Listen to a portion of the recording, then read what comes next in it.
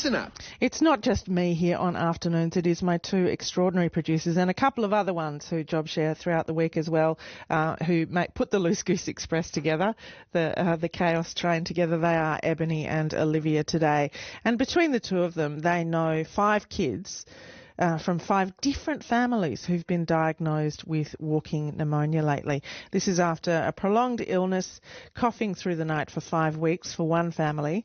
And we wonder, what does walking pneumonia mean and why, anecdotally, are we hearing so many people getting diagnoses in the last week? Michael Page is the president of the WA branch of the AMA, and he joins me on the line. Dr. Page. Good afternoon, Amber. How are you? Fine and fantastic.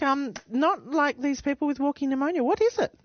No, look, this is a particular type of respiratory infection caused by a bug called mycoplasma, which is an unusual type of bacteria, but it's actually not so unusual in the community at the moment. There are huge numbers of mycoplasma pneumonia, or what's called walking pneumonia, around town at the moment.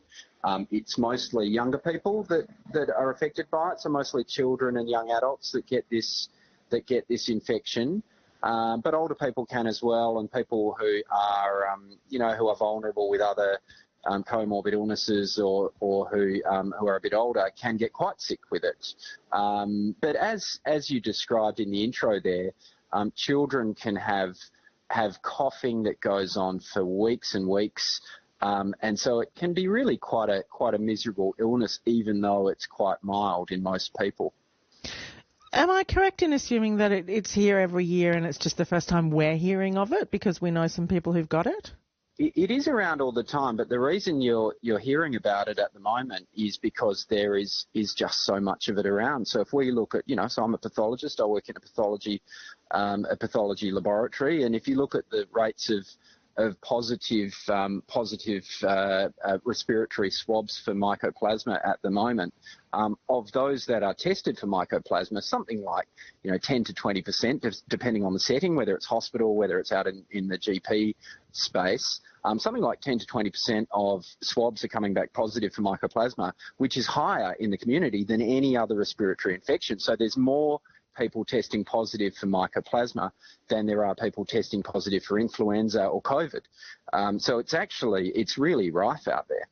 And we've heard from these families that it's taken several visits to the GP to get to the bottom of that. Is there any kind of answer for that?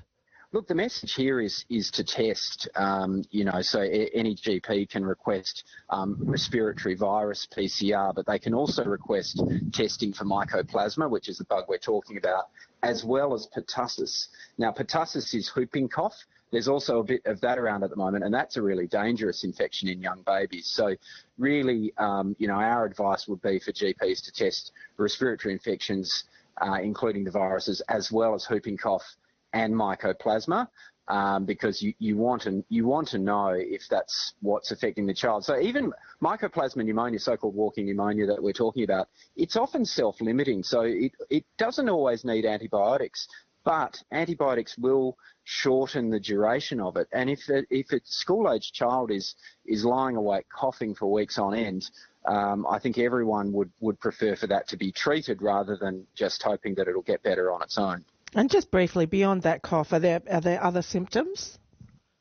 Yeah, look, absolutely. This is an interesting type of pneumonia in that often the first symptoms won't be from the lungs or from the throat. Often the first symptoms will be muscle aches, headaches, fevers, really no indication that it's a chest infection, but then sore throat and cough are the really predominant features that people get.